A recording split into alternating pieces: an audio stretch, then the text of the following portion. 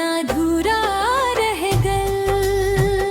चांद से उजियार लागे तो हर मुस्कान हो, रोआ बन गईल बानी हमार पहचान हो।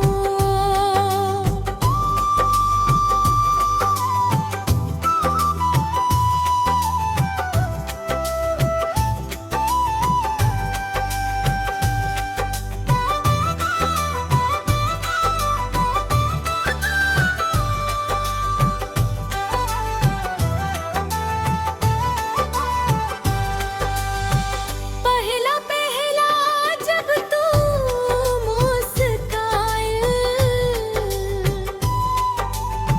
धड़कन हमारे कैसे हो गईला। मनवा चिरई बन उड़ जाए, तोहरा याद में दिनवा बिताए। सावन के फुहार जैसन प्यार तोहार लागे, हर जन्म में साथ मिले ही मन मांगे। हो सजना नजरिया तोहार दिलवा में बस गई, तोहरे बिना ऐ जान हर सपना अधूरा रह गई। चांद से उजियार लागे तो हर मुस्कान हो, रुआ बन गईल बानी हमार पहचान हो।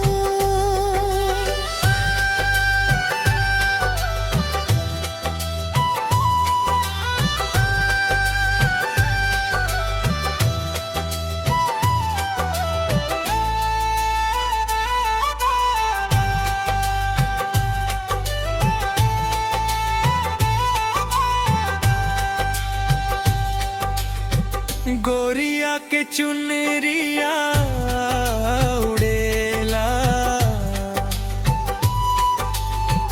हवा में तोहार नाम जुड़ेला।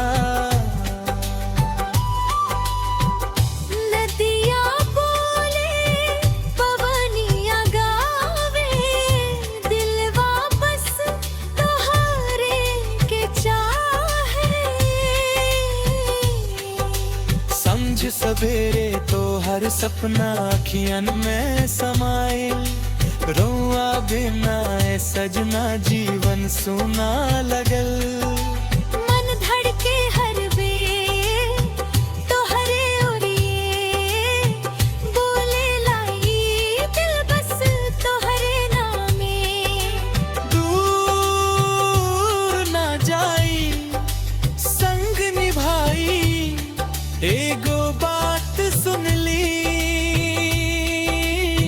रुआ बिन हम कैसे रहल जाई। हो सजना नजरिया तोहार दिलवा में बस गई,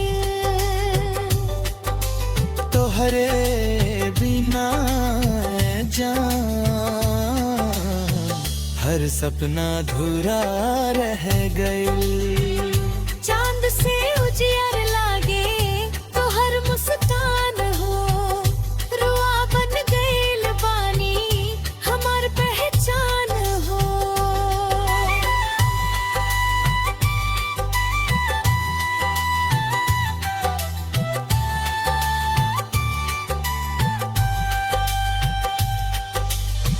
चल से हाथ पकड़ के संग संग नई दुनिया बसाई। सुख दुख में हरदम साथ रही,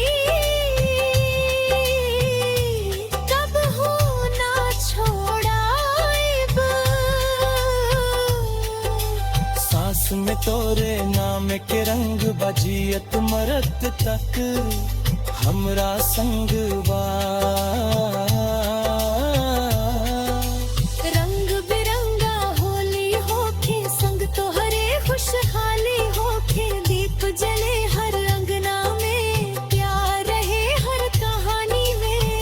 ठेके बिंदिया चमके तोहरे नाम के लाली में, रउआ साथे बीते जिंदगी यही सबसे बड़ी खुशहाली।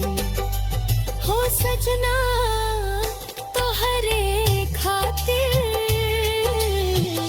ई दिलवा धड़के रोज। रउआ प्यार है जिंदगी भर,